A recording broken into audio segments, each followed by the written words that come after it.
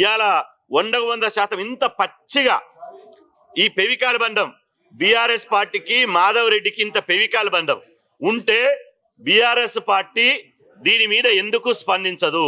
కాబట్టి మీరు స్పందిస్తే 48 గంటల్లో మీకు సమయం ఇస్తున్నాం. 48 గంటల్లోగా మీరు స్పందిస్తేనే సరే. మీరు స్పందించకపోతే బీఆర్ఎస్ పార్టీ కార్యాలయాలని రాష్ట్ర కార్యాలయం నుంచి మొదలుకుంటే జిల్లా కార్యాలయం వరకు ముట్టడిస్తాం.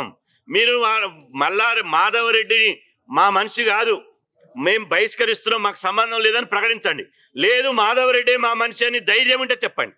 మాధవ్ రెడ్డి మా మనిషే, బీసీ రిజర్వేషన్లు అడ్డుకున్నది వాస్తవమే, బీసీ రిజర్వేషన్లు అడ్డుకున్న దాని వెనుక మేమే ఉన్నామని చెప్పండి. మీకు దమ్ము ధైర్యం ఉంటే, బీఆర్ఎస్ పార్టీ వాళ్ళకు దమ్ము ధైర్యం ఉంటే చెప్పండి. నేను సవాల్ విసురుతున్నా.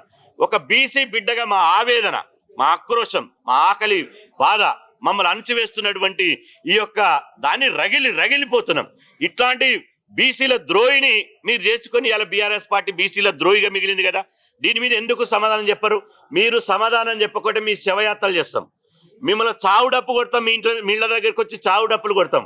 మీరు బీసీల ద్రోహి అని గ్రామాన ఇవాళ చాటింపు చేస్తాం, దండోర వేయిస్తాం. ప్రతి గ్రామంలో బీఆర్ఎస్ పార్టీ బీసీల ద్రోహుల పార్టీని దండోరేపిస్తాం. మీరు ఇట్లాంటి దోపిడి దొంగను, ఇట్లాంటి ద్రోహిని మీరు బీఆర్ఎస్ పార్టీలో చేర్చుకుంటారా? అంటే బీసీలు అంటే కేవలం బీఆర్ఎస్ పార్టీకి ఇవాళ ఎన్ని ఓట్లు వేస్తేందుకు జిందాబాద్ కొడుతందుకే ఉన్నది. మేము అప్పుడే అనుకున్నాం దళితులు ముఖ్యమంత్రిని చేస్తాను గోవింద్ అన్నారు. అదేవిధంగా బీఆర్ఎస్ పార్టీలో ఒక పార్టీ అధ్యక్షిస్తాను గోవింద్ అన్నారు. ఒక ఈటల రాజేందర్ గారిని డిస్మిస్ చేశారు.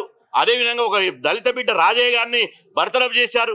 ఇన్ని బహుజన వ్యతిరేక చర్యలు చేసుకుంటా ఇప్పుడు సరిపోదన్నట్టు ఒక బీసీ రిజర్వేషన్ల వ్యతిరేకని ఎట్లా బీఆర్ఎస్ పార్టీ ఆశ్రయం ఇస్తుందో, ఈ బీసీ రిజర్వేషన్ల యొక్క గూడు పుటాని ఏందో బీసీ సమాజానికి మీరు చెప్పాలి, మీరు స్పందించాలి.